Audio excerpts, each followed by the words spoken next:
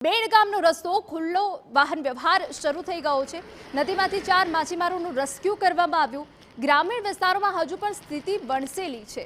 રસ્તા પરથી પાણી ઓસરતા રસ્તો ફરી એક વખત શરૂ કરવામાં આવ્યો છે, પરંતુ ગ્રામ્ય વિસ્તારોમાં હજુ પણ જળબંબાકારની સ્થિતિ જોવા મળી રહી છે।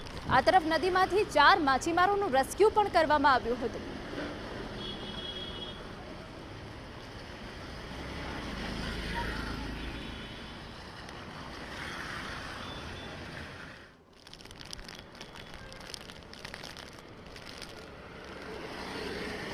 છેલ્લા 3 દિવસથી દેવભૂમિ દ્વારિકાની અંદર ભારે વરસાદને કારણે અહીં બેડ ગામની અંદર પાણી ભરાયા હતા, પરંતુ હવે પાણી ઓસર્યા છે અને આપ જોઈ રહ્યા છો નદીની અંદર પાણીનું સ્તર થોડું ઓછું થતા આખરે હવે થોડી રાહત વળી છે। પણ છેલ્લા 24 કલાકની અંદર 20 ઇંચ જેટલો વરસાદ વરસ્યો હતો, તેને કારણે જળબંબાકારની પરિસ્થિતિ હતી। પરંતુ હાલ જે આ રસ્તો આપ જોઈ રહ્યા છો તે આખરે 3 દિવસથી પાણીની અંદર ગરકાવ હતો, પરંતુ હવે આ રસ્તા પર પાણી ઓસર્યા છે અને ત્યારબાદ આ જે નદી પરથી જે બ્રિજ છે તેની પરથી વાહન વ્યવહાર પૂર્વવત થઈ શક્યો છે। એટલે કે હવે જામનગર અને રાજકોટ જવા તરફનો જે માર્ગ છે તે હવે ધીરે ધીરે ખુલી રહ્યો છે। આ ઉપરાંત પોરબંદર તરફનો જે માર્ગ છે તે હજુ પણ બંધ છે। આ ઉપરાંત પડાણા પાટા તરફના માર્ગ ઉપર પણ હજી વરસાદી પાણી ભરાયેલા છે, પરંતુ હજુ પણ 2 દિવસ સુધી ભારે વરસાદની આગાહી છે। હવે તબક્કે હજુ પણ સતર્ક રહેવાની સૂચના આપવામાં આવી છે।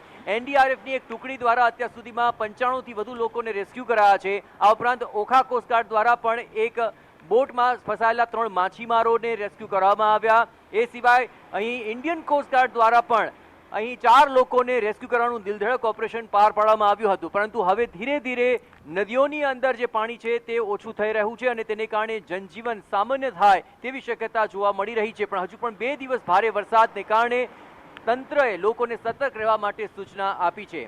કેમેરા પર્સન નેટવર્ક પરમાર સાથે જયેશ પારકર, દેવભૂમિ દ્વારિકા।